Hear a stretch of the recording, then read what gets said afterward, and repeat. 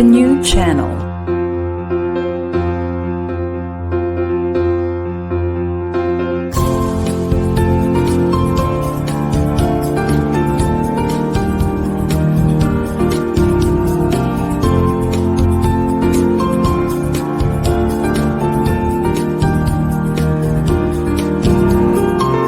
The new channel. Hashtag TNC Now.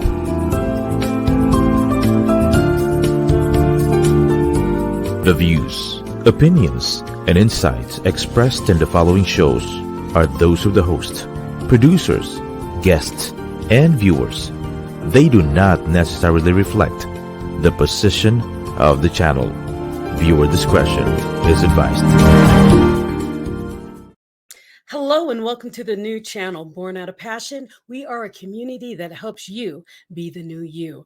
I'm Dr. Michelle Mras, streaming live from the United States out of the beautiful mountains of Colorado. You are watching Mental Shift.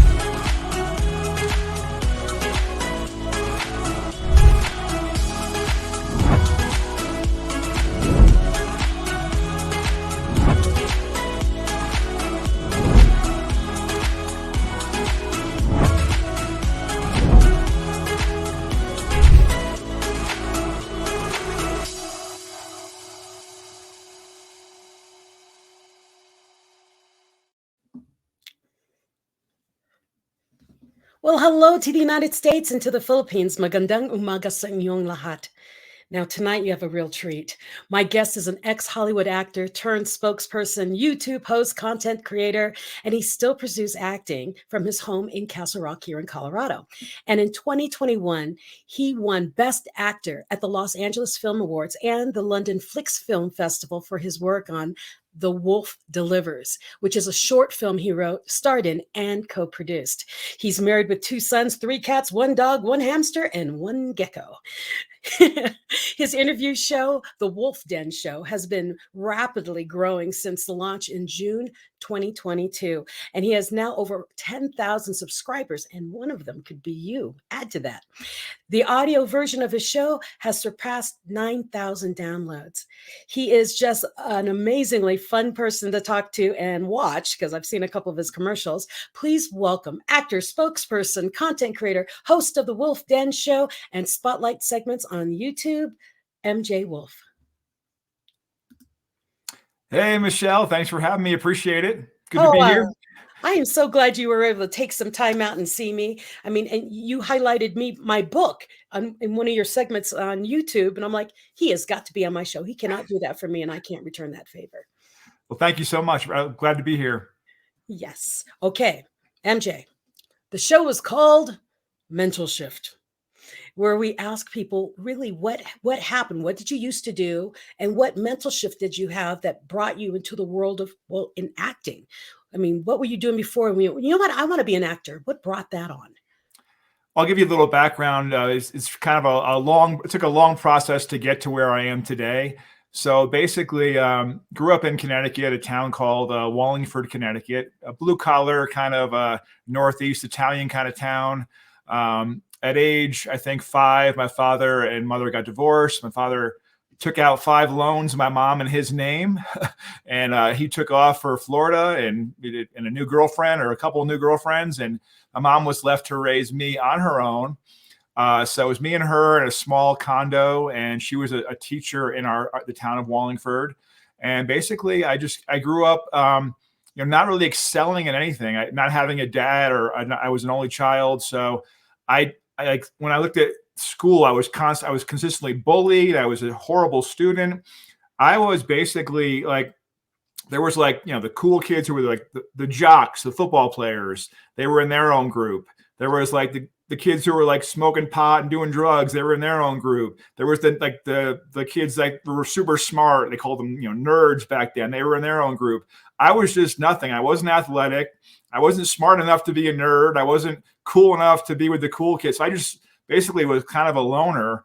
And, I just kind of basically just barely got through school. Actually, I have something that's not really something to brag about, but I was the first person in Connecticut to graduate with an F. Oh, that's right. So I had a 59.95 average. Now, imagine my mom's embarrassment. She is a teacher in the system. We had to go to a Board of Education meeting where they wanted to vote to see if I'd get that extra 0.05 points. And they voted and gave it to me. So I graduated with an F and figured I didn't know, what my future held. So I had a few different jobs here and there, and I really wasn't thriving into my 20s. I just was not, I was just barely getting by. And then at age 30, I had a girlfriend I was dating in Connecticut, and I always thought about acting. I never did theater, never was on stage, but I always kind of thought about acting. And then basically, the girl that I was dating for a few months, I went over to see her one day at her apartment. And she said, I'm sorry, I need to break up with you. I can't date someone who doesn't have money.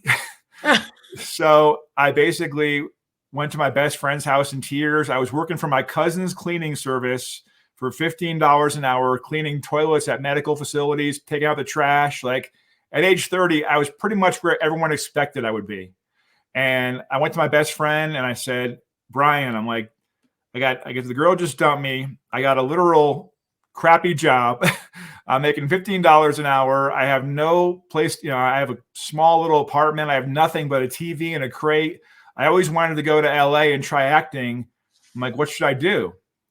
He's like, dude, you got nothing to lose. He's like, this job, you can come back to this job in a month. You can come back to this place. He's like, just go. But I didn't have the resources or the money to go to LA for a long period of time. Yeah. So I booked a round trip flight where I was leaving on October 1st of 2003 and coming back on November 1st of 2003. I basically put enough money aside. I worked that whole summer, put enough money aside just to give me a month in LA. Wow. And what happened when you got to LA? So I got to LA and I immediately went to central casting. Now, central casting is where you do background work, which is the people, when you watch a movie, the people in the background, like just walking by on the street. It's they treat you like, it's kind of like the lowest person on the totem pole when it comes to acting. And I was also non-union, meaning I was, not in the Screen Actors Guild. So I was getting like $50-$60 a day for 10, 12-hour days on set, which in LA is not enough to stay there and live there. So I did have one friend I knew in LA from the East Coast, and he and I hung out a few times. So all month long, that whole month of October, I basically just worked non-union background work, $50-$60 a day. And the end of the month was coming. I was like a few days away, and I figured I was just going to have to go back home and back to my crappy job. Well, what made you? Did you stay? Well, this is the thing. So, and I truly believe this was God stepping in, because I was never really super religious before then, but I had a few things happen to me that kind of guided me to this. And so October 31st was my last night there, Halloween. And my friend that my one friend there said, hey, he called me, there's a Halloween party in Hollywood. You want to go? So, I figured I just won't do background work this last day. I'll just go to this party and then fly home in the morning and go back to my job. And Christopher Gray Casting, I never heard of them before. They'd call me and said, hey, we can't find people to work on Halloween. We have a Tom Cruise movie called Collateral. Any chance you want to work? It works at the Renaissance Hotel.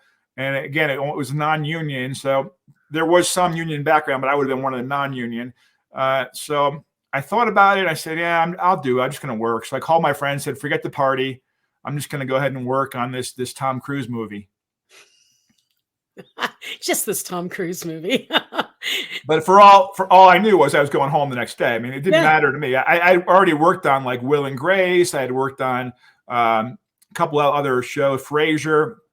I was just background, but I'd worked on some cool shows. But again, it wasn't enough to pay for rent in LA. So I got to set, and we're all kind of in the call background holding. They literally treat you like, they call them props that eat, like, because you're just like, you're disposable. You're a 98.6. Yeah. So we're sitting there, and I can see off in the distance Tom Cruise, and he's doing a scene. He's walking up to the hotel front desk in this scene, and then one of the ADs comes over. He's like, "Hey, I got this shirt. It was a hotel manager shirt." And he says to one of the other background, "Hey, try this on." Well, it was much too big for him. And then he says, this other background guy, "Try this on." It was much too small for him. This was like the what is it? The three bears. Yeah. So he says to me, "Hey, come here, try this on." And the shirt fit like a glove. He said, come on, over to set. So I go over to set. Now my heart is pounding, and I'm like, I'm sweating. I'm all nervous. And now I'm standing there in the scene. Tom Cruise walks up to me and starts talking. So I'm like this. And then, so Michael Mann was the director of this film, obviously famous director. He's like, hey, hotel guy, come on, say some words. Talk when Tom comes up, say something. So I just, "Hello, sir, can I help you?" I don't know what I said. I just spit out some words. And we finished the scene, and I walked back to the holding area. And there's a lot of extras who've been doing this for years. Some people are in their 70s and 80s, have been doing this their whole life. And this little older Jewish lady says to me, "Did you just talk on that shoot?" I'm like, "Yeah, but it wasn't scripted." She's like, "Oh no, you get the first AD. You tell him you want an upgrade right now." I'm like, "What's an upgrade?" She's like, "That means you get a principal contract and residuals and your name in the credits." I'm like, "No, I'm not doing that." She said, "Go talk to him." I look over, and the first AD is talking to Tom Cruise. So I walk over and I tap him on the shoulder. He's like, "What?" I'm like, "I just talked in that last scene." He goes, "Who told you to talk?" I'm like, "Michael Mann." He goes, "Excuse me." He goes over. I see him and Michael Mann having a conversation. He comes back. He puts his hand on my shoulder. He's like, "We'll get you a contract." I literally, they sweep me in this back hallway. The second AD is like, "I'm so sorry, we don't have a trailer for you." I'm like, trailer? Like, all of a sudden, I was treated completely differently. You had words. Yeah. It was incredible. And I went outside and I looked up the sky, and I thank God I just started bawling, crying. And I didn't know what it really meant, because I mean, it wasn't for that lady. Like, she was like my angel, right? If she wasn't there, none of this would have happened. I was leaving the next day. I was one day away. So now I went from getting $50 or $60 for the day to getting, I think at the time it was $595 for the day, which is not a lot of money. It's still $150. But residuals. So I found out I was going to be getting thousands of dollars in residuals. Wow. So it was a crazy bless. So I called my mom. I said, "Mom, I don't have the money yet, but I know I'm getting these residuals in. So can you please just give me a little loan to get in a small apartment?" I got an apartment, and she shipped my car out. And sure enough, after the movie came out, I went to the mailbox one day, and there was like 17 checks for like $12,000. It was unbelievable. That is awesome. Yeah. So I talk about that all the time to my clients and to my guest here who are watching Mental Shift. Right when you want to give up, right when you think it's over, is when you hit gold. Yeah. I mean, when you think there's no more, I can't do it anymore. That's when it happens. And I give it liking to giving birth to a child. When a woman says, "I'm done, I'm not pushing anymore, I don't want to do this anymore," that's when the baby comes out. Yeah. So it's the same thing. Right when you're like, "Okay, nothing's really working. I'm going home. I'm going back." Boom. I mean, I just can't imagine what my life would be had I gone back the next day. Like, I don't need. So I ended up meeting my wife 3 months later. Yeah. So I mean, literally, like, I can't. I mean, it gives me chills to think about what my life would be like back in hell. Well, and the thing is when you're in hell, don't stop. Yeah. Right? Don't stop. Just keep going. And I applaud you for that mental shift you had of, you know what, I'm gonna do it. I have nothing else to lose. I'm just going to see what happens. And that's really the magic of kind of the God experience. I mean, You don't know my background, but my background is I used to write political campaign speeches. I was in the political world and I hated it, but I figured that's what I'm supposed to do. I'm really good at writing and I'm good at talking, so I help other people talk. And it was in 2014 when I got hit by a car and it knocked everything out of me. I didn't walk or talk for over 2 years and I had to relearn everything after that, into that 2 years. And what most people do, oh my gosh, you got hit by a car. I do. Best thing that ever happened to me. They're like, why? I do, because I would have been stuck in the political world, miserable, because I didn't know a way out. And so the worst thing happened. I got hit by a car and had to shut up and reevaluate everything I've ever not done in my life. And went, you know what? If you let me out of this, I'm going to live. I'm going to go big and I'm going to do everything I've ever wanted to do. And I will give you glory for all of it. That's amazing. And everything started opening. Yeah. I think challenges are usually opportunity in disguise, right? Exactly what that is. The bigger the challenge, sometimes the bigger the opportunity. Unfortunately, yes. And you can ask my husband when you see him again. I've taken a lot of opportunity. I'm so excited because, going to LA, I had trouble going to LA for a week. I mean, a week. And you went there for a whole month. I applaud you on that. Well, I stayed. So that was 2003. I met my wife 3 or 4 months afterwards. And we stayed there and I worked 2004, 2005, 2000. We left in 2009. So we were there. I was there working for a good amount of time, working pretty consistently. Not as now that I was upgraded to principal, I became a member of the Screen Actors Guild. So the background work went from $50 or $60 a day to $120 for 8 hours. Plus they give you a meal bump and a clothing bump. So I can make like $200 or $300 a day doing background work on TV.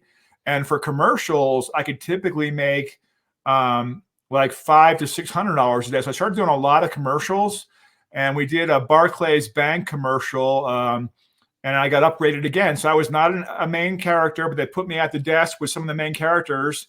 And I got an email saying, hey, you were upgraded in this commercial, and it ran for like 2 years on Fox. So I got a bunch of residuals. We were able to buy our first couch, my wife and I, our first furniture. So I was able to make a living. I was by no means, I was not an actor. I thought I was an actor, but you're doing background work. You're not an actor. And it wasn't until I started auditioning. I thought I was doing some classes for acting, but I had no skills. I didn't have the confidence to be on set. I mean, I had the confidence to say my line with Tom Cruise because it would just happen on the spot. But I actually booked my first speaking role on Criminal Minds, a one-line role. And I was all excited. I got to set and I really started getting nervous. I had never done theater before. So we're on the scene and basically this is towards the end of my time in LA. And in the scene, all 4 actors from Criminal Minds were in my scene. They're all coming through a security barrier. And my line was supposed to be, hand over your cell phones, no exceptions. Now my heart is pounding. I'd never said a line on set at any format. I only been doing background. Other than that Tom Cruise thing, I'd never done anything. So my heart's pounding, I'm sweating, and they're coming through and they're like, all right, action. I'm like, boo, boo, boo, boo, boo. Like, I don't even know what I said, right? And then I don't want to talk about everybody on set, but one of the actors was like, what the F? This guy's got one line. He can't say a freaking line. He started, like one of the main actors started yelling at me. And now and Shamar Moore was the most amazing guy. He came over and shook my hand. He's like, are you all right? He's like, you got this? I'm like, he's like, you can do this. Like, he was the only one that was like encouraging. And I stepped aside. The director came over. He's like, can you do this? I'm like, yeah. So we rolled it again. I think I said it. I don't know. But then I went outside and it was the complete opposite of the Tom Cruise. I just started bawling, crying, like upset. I'm like, I'm not even an actor. I don't even know what I'm doing. I can't say lines. Like, I was too nervous to say one line. How am I going to be able to do this? So I went from this high to this low. Like, I thought I was done with acting, basically. It's terrifying. Yeah, it really is. Yeah. And then you had all these big actors standing in front of you. Yeah, I can see that doing, what is that imposter syndrome people talk about? What am I doing here? Yeah, fake it till you make it. I was basically faking it. I thought I was something, but it was a great lesson for me. So then after that, I just did a lot of different stuff to get by, a lot of background work. And I was on set one day of the show called Angel with David Boreanaz, again, doing background, but they had hired me to do a hand shoot, right? Where it was, he plays is it a vampire? He plays a vampire in that show called Angel. And whenever I was playing his hand on a cross, and they had like some smoke coming out of my hand. And the girl on set says to me, "Hey, you should do hand modeling." I'm like, hand modeling? I'm like, are you joking? She's like, no, I'm telling you, go to this place called Body Parts Models. They do they're the top hand modeling company in LA. So I was like, okay. And I honestly wasn't even going to go. And then I sent the lady a picture of my hands, and then she said, "Come meet me right now." And she signed me to an exclusive contract on the spot for hands. So, there's a movie about that, where the guy's hand is so precious. Yeah. They put it in a box. Zoolander. Yeah. Yes. That was David Duchovny. And that was when he said, Zoolander's like, I recognize that hand. That's the hand from the 1975 Zales catalog. Hey, you should do it. This one used to clean toilets. Exactly. Yeah. Yeah. Well, it's lovely, because the thing is people don't realize that going towards something you don't like, something like, that's not for me, it's usually the place to go. Yeah. I mean, when we grow up, we've all been like you. I'm bad at school, or I can't spell. I mean, we all had these things that baggage that came upon us. And one of the things that I've found, or a lot of my clients, is the thing that we run from is the thing that we got most embarrassed from.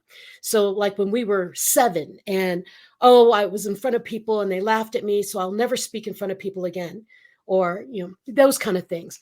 And what we find is your gift is in the thing you avoid, the thing that you thought you're so bad at, you're never, ever going to do that again. And with you hid in the shadows. I didn't fit, so I just kind of hide in the back. Well, as an actor, you are not in the back, but in front at the same time. I can't explain what I'm trying to say to you. But no, I understand. Yeah. I don't feel like hand modeling for me. I think hand modeling wasn't like my destiny, but I still had the desire to be an actor, even after that Criminal Minds thing, I still knew I had acting in me. I just didn't know how it was going to happen. Yeah. You just keep walking until the right door opens for you. Yeah. I mean, and wow, that's just, I think that's very cool. I mean, I speak all the time, and growing up, I was told, shut up, don't speak. Yeah. Too loud. And now it's what I do. Yeah. I mean, most of my life, I hid from it. Like I told you earlier, I wrote speeches for other people so other people could be up front, because that's not what I do. I wasn't a cheerleader. I wasn't great at sports. I was kind of there. And so, I was smart, but that was about it. And so I just I hid back. But my power is in the thing I avoided, speaking. Your power is in actually standing up. I mean, I've seen you in your roles, and you're awesome. Thank you.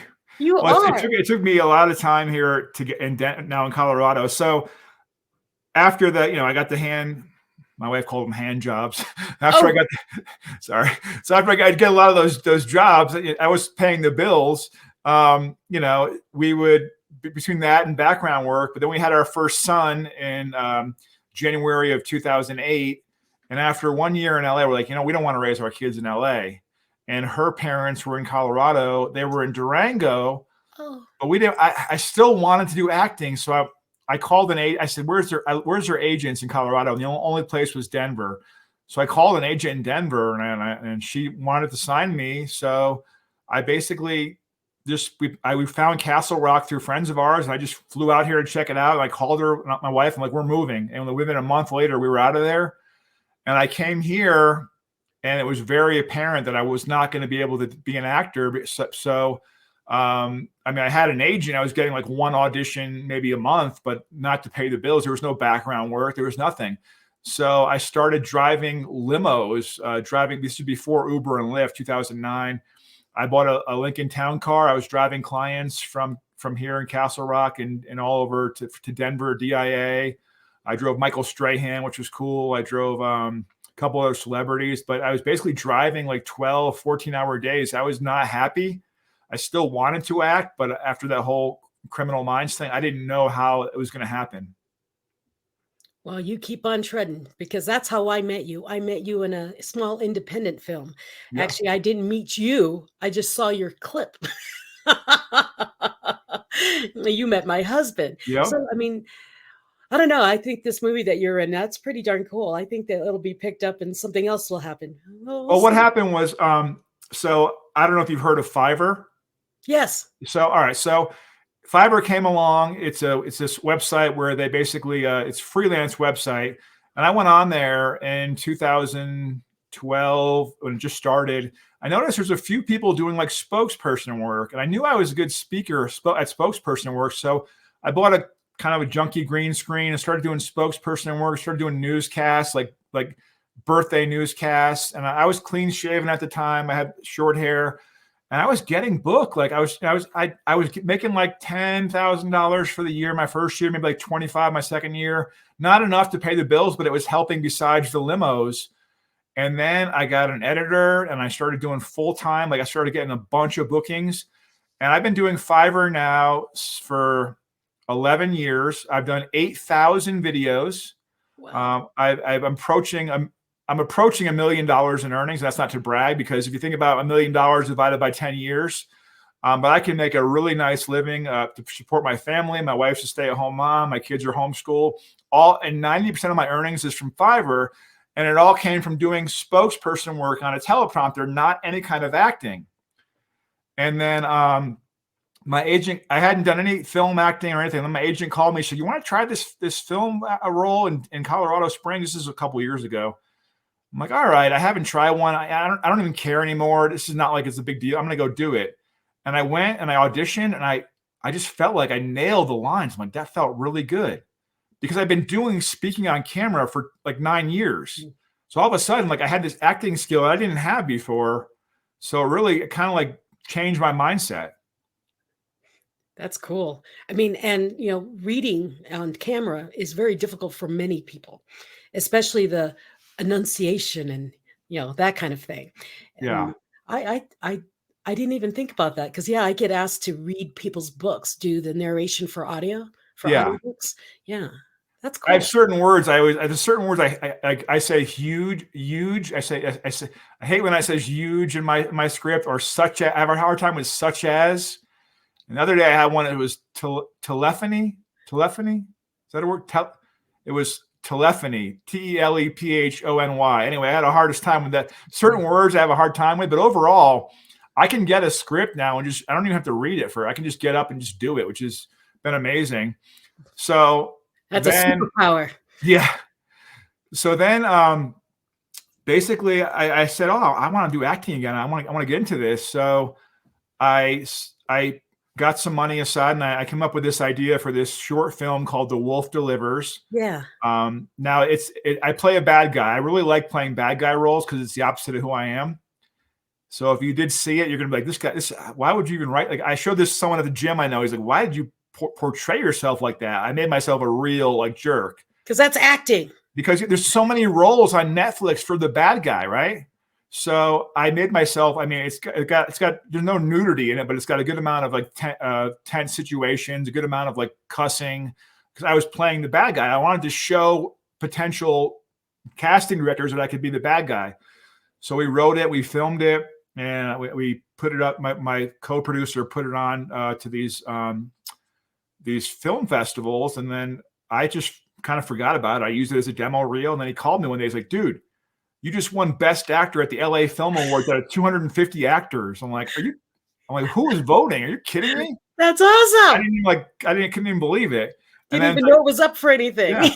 And then 2 weeks later, he called again. He's like, "Well, you just won Best Actor out of 200 actors at the London Flicks Fest." I'm like, "Are you serious?" And now I had the confidence. So now that whole nervousness was gone. I'm like, wait, if I can beat out 250 actors, I didn't even think I did that great. Like my whole, this is when everything shifted. I'm like, I can do this. I can totally do this. So that's when I started pursuing acting again. I was ready to go. And then the pandemic hit. Well, that's a good note to stop and go on to our do our break.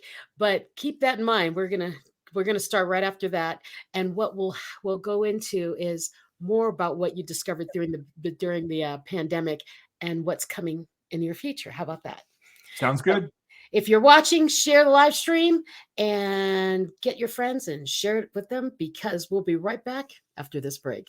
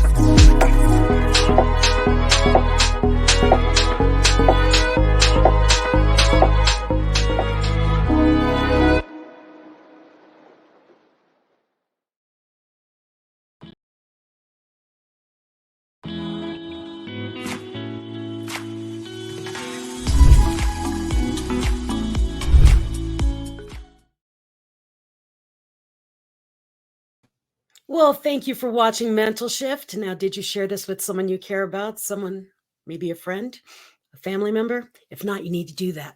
So, we are discussing the Wolfe Den with MJ Wolfe. But before we go back to MJ, did you know that TNC has a live stream platform of online shows for people on the go? Please watch our shows. Go check them out, find what clicks with you and watch them. And then imagine having your own show, your own playlist, your own content, but we'll make it easier for you.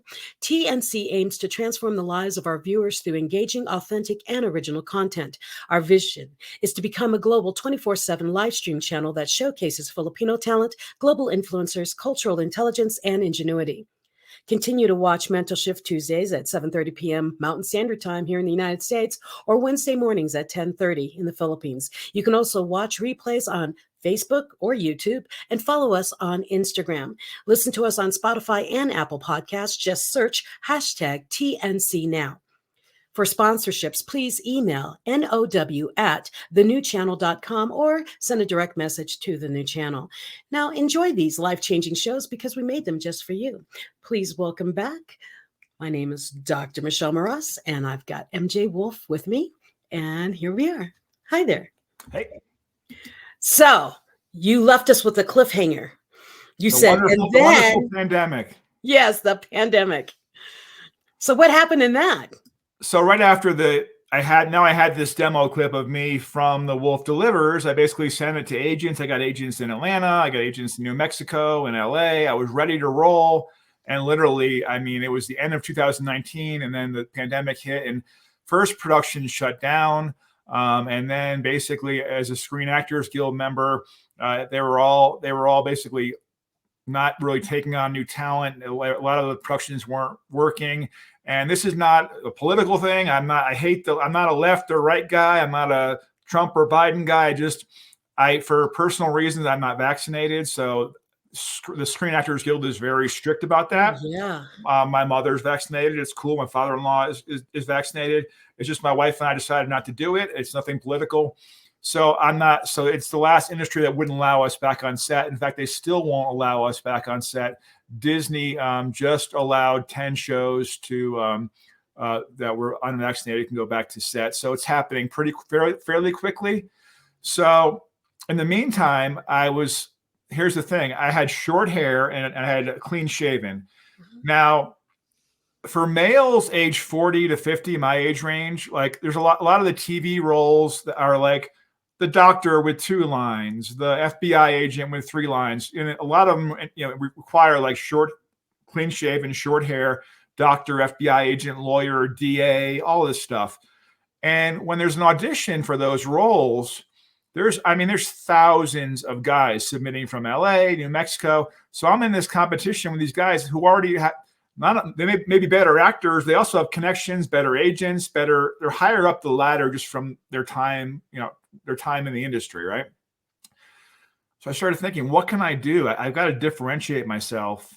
And then I was actually on a flight to Hawaii, and I saw what's the Bradley Cooper movie with Lady Gaga? Star is Born. Mm-hmm. I'm looking at Bradley Cooper's hair. I'm like, I got like a man crush. I'm like, I want my hair to be like that. And I was actually my hair was going back. I could see it going back. I'm like, if I don't grow it now, like I'm never going to grow it. So I started taking like biotin and like collagen and doing derma rolling, and like it started growing. And then I said, I'm going to grow a beard too. So I grew a beard, and now everything's changed. So now I cannot audition for those doctor roles. They don't want a doctor with long hair. They're not going to have a DA or a lawyer or a cop, cops like, but now I'm getting these auditions and I'm booking them. I've gotten a few roles in the last few months here because it's like I had a biblical role, I had a gladiator role, I had a pioneer who's out in the wilderness, homeless guy. So because now if they want this look with long hair and they need a 50-year-old male, well, guess what? I've branded myself differently, because whereas the guys with short hair, there's 5,000 of them. The guys that have long hair and a beard, there might be 20 of us. So I'm booking a lot more. I'm getting a lot more. I'm getting less auditions, but more they're just so tailored to my look. So it just goes to show, you think outside the box when it comes to branding yourself and try to be different than what everybody else is doing. I could easily, shave my head and be clean shaven, but I'd just be like every other guy in my age range. So I was like, how can I separate myself from the pack as far as exterior goes? Well, and just think, everybody else in your age group is bald. Yeah, possibly. But even if you're bald, like there's something you can do. If you're an actor, I think it really pays to have a different kind of look. Look at Jason Momoa, right? Mm-hmm. Look at that guy. Look at his hair. He's got a little scar here where it's like his part of his eyebrow is missing. I think that adds character, right? You look at like I said, Bradley Cooper in that movie, or like Breaking Bad. What's his name? I can't think of shaved head. Right? He's got a bald head, but he's got the goatee. Right? He looks like a total like a tough guy. Right? Like you can do things besides being the norm. If you want to keep doing the clean shaven doctor with 1 or 2 lines, that's not going to separate you from the pack. I really believe that no matter who you are, even if you're bald, you could come up with some kind of unique look besides your acting skills to really separate yourself from the crowd. I had a friend tattoo eyeballs on the back of her head. But you do something. I mean, we talk about this a lot on the show about how you make yourself not part of the pack, because when you're walking down and everyone looks the same, everyone's doing the same thing, you need a pattern interrupt to make people turn. And you do that with your look, you do that with your brand, you do that with your business, whatever it is, you've got to do something that makes you different. And the thing is what makes you different is what naturally happens for you. So like in your case, you let your hair grow and you grew a beard. Not many men can grow beards like that either. So, so you take advantage of something that you can naturally do and enhance it. You enhanced it. Yeah, it definitely works to figure out ways to separate yourself. And I think that, just not just acting, but everything is going towards I see these, I don't know have you seen Chat GPT for writers? No. Chat GPT. Oh, yes. It'll write any art. So so that's another thing where you're an artist, right? If you're a writer, your creation is writing. Well, it must be so scary to think, wow, this computer system can just write, an article for me, and am I being replaced? But no, you need to come up with content that's so original and so opinionated or so controversial, whatever, that it can't be replaced by an AI. Because even like there's spokespeople now. Part of the reason I started my show, the Wolfe Den show on YouTube, is because there are digital AI spokespeople, and they're not that great. They're still a little like, hi, welcome, very kind of stiff. But you can tell they're starting to get a little emotion. They're starting to look real. We're only like 5-10 years away from people not hiring me for purely informational. Like if they just want an informational spokesperson to give the information on ABC company, well, they're not going to pay me $1,000 when they can just have an AI do it, in 2 seconds. So I needed some other source of, creativity. So I started the YouTube show, and I'm still pursuing the acting to kind of separate myself from the crowd.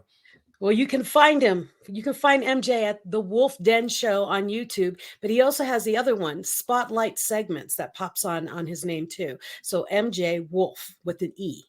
That's right. Yeah, pretty cool though. And I loved what you did with the Spotlight segments, because are you only spotlighting books? So I do 6 things. We do authors, we do musicians, we do fitness. There's a health spotlight, a product spotlight, and a business spotlight. I've got 6 on there, but authors are the primary one. And I'm getting about 2 author spotlight orders a day right now. Okay. And the thing is, with books, it's hard to really give people a visual, right? And authors will hire like somebody to put together a book trailer.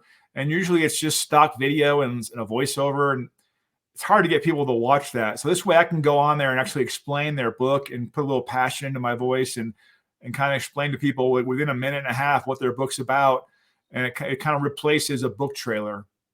Well, maybe I should connect you, because I'm part of a publishing company, and we're bringing a group of about 100 authors to the Jumbotron in New York Times Square, and putting their books up on Jumbotron. Maybe we should be connecting you to those people too. Let's do it. Yeah, Thank you. Double promotion. Yeah. Because the whole thing with the authors is they write their book and they put it on the shelf. They do, yeah, I wrote a book. Yeah. Does anyone know about it? No, I wrote a book. It's hard to get somebody it's hard to get somebody that's not interested to read a book. It's really, I think, if you have a movie you've made, you can show them a trailer and get them interested. But with a book, it's really hard you have to really find a way to pique their interest and at least get them going through that first chapter. And then hopefully you've done the work where you can hold on to them, throughout the rest of the book.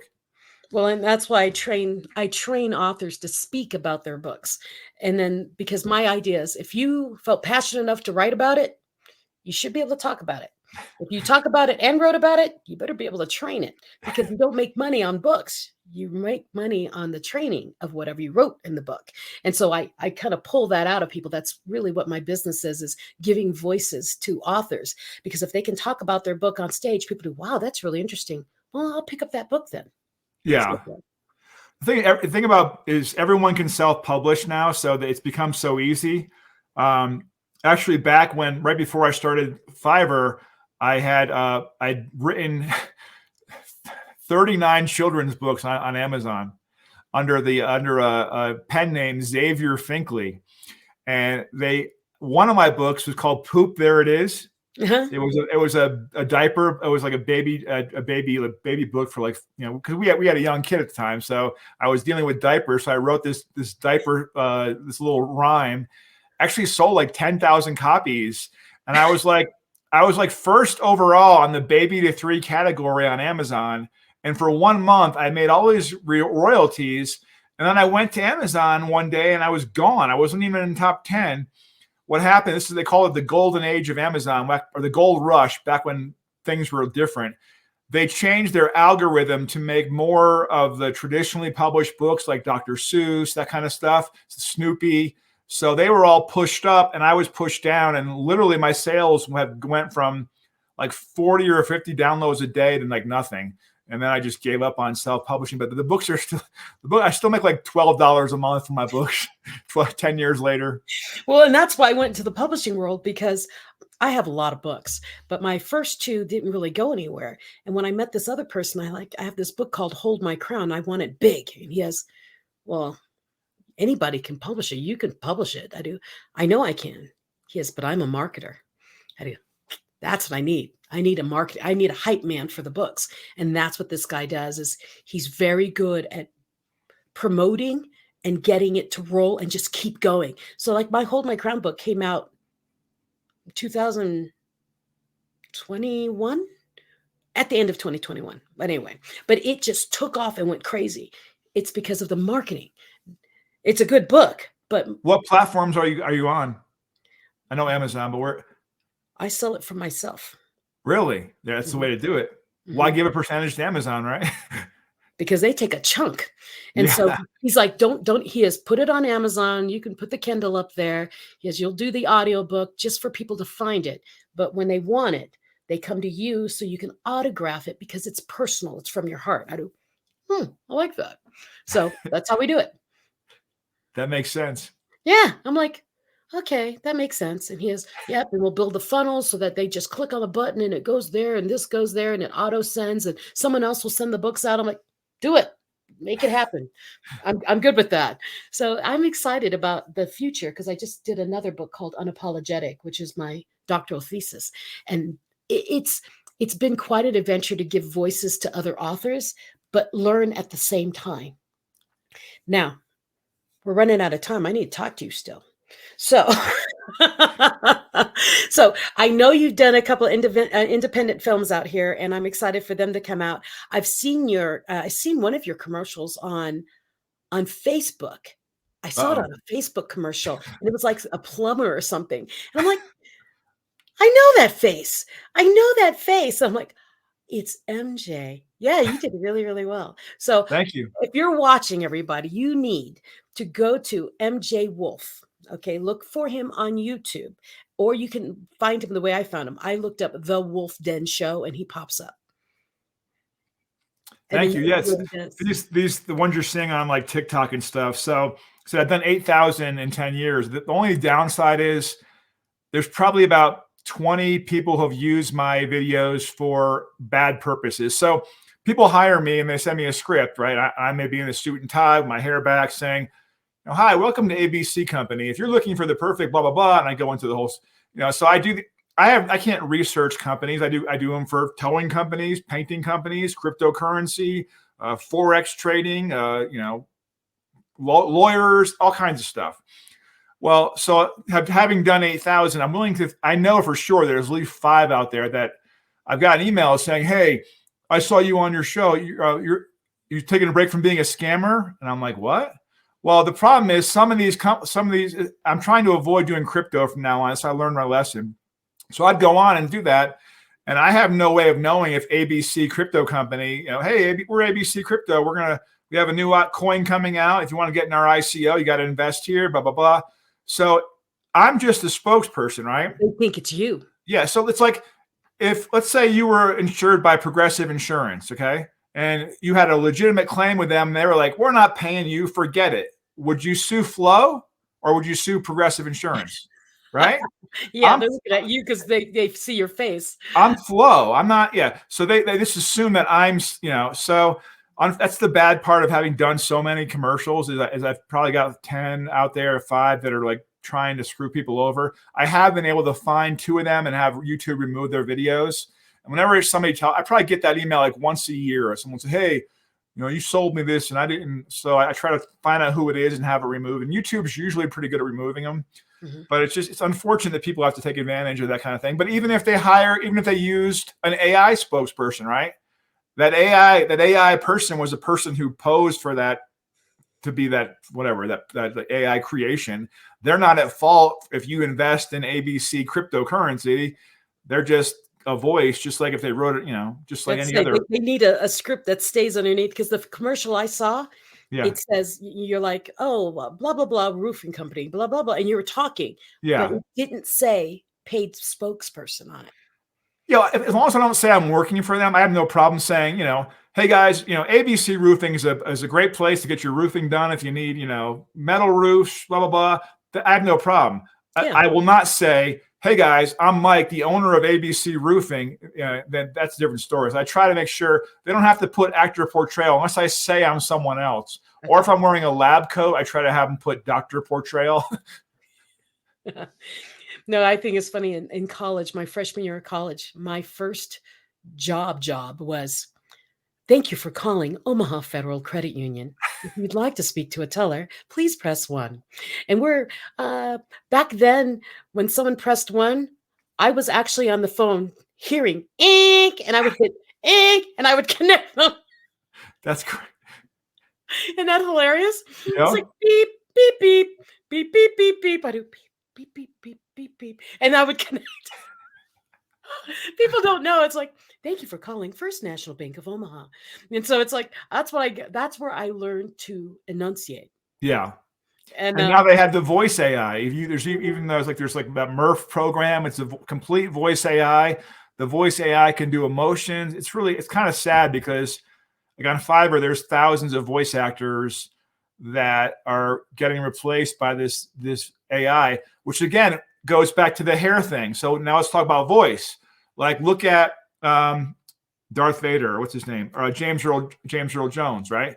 You can't replace him. You can't replace a Morgan Freeman. Like if you're going to be replaced by an AI for voice, you better come up with some animated characters or some kind of unique voice that can't be replaced. That can't be just, that's why those voices are so successful, like Morgan Freeman and that kind of thing, because they sound like that Morgan Freeman's voice is like my hair, Yeah. So unique. Yeah. And I just think it makes me a little giddy how people find their path to what they love. And I love that I was cleaning toilets. I went to LA. And I'm thinking of all the people who are watching right now doing, I'm 30 and I'm lost. MJ was lost. I'm 50, okay, and I still have not reached my acting goals. I really feel like I'm in the next 5 years going to start reaching those goals. But I was watching a clip came on with Denzel Washington from The Equalizer, and I was like, man, this is just a great clip. I'm like, how old is he?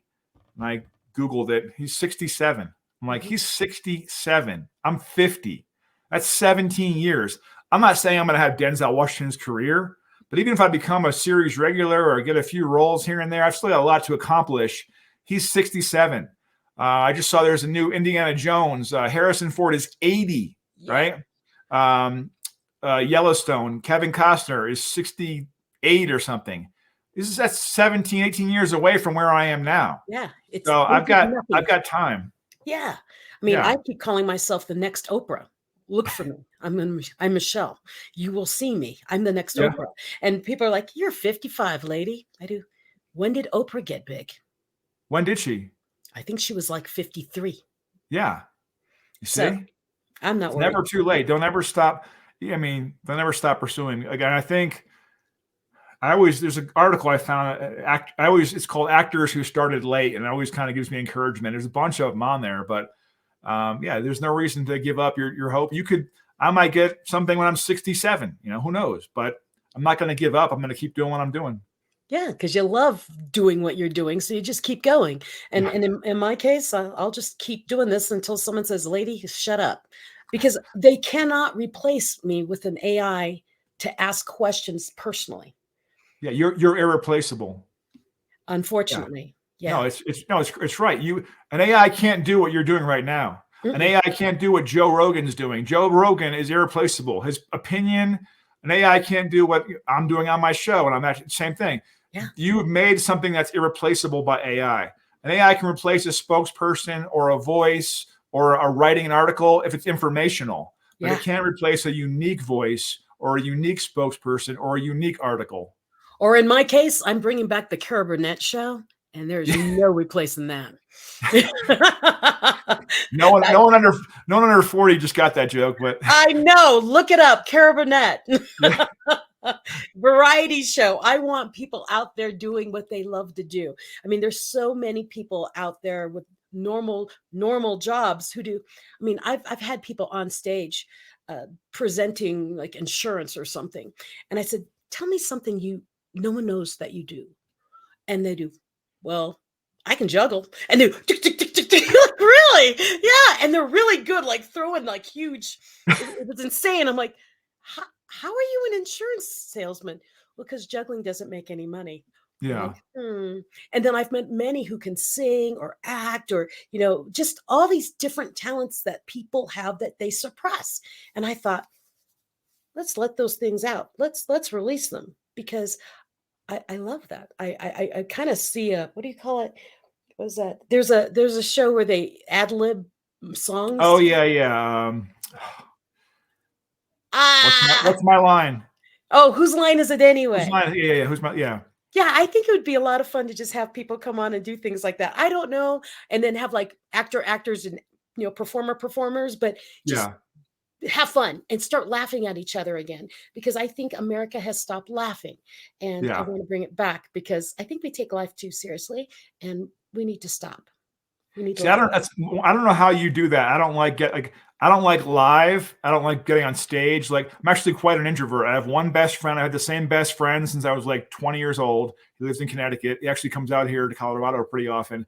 But I'm very much an introvert. And when I see like you were on, I was on your website, you were on stage talking to crowds. Like, I have no interest. I could not do that. That is beyond my, it scares me.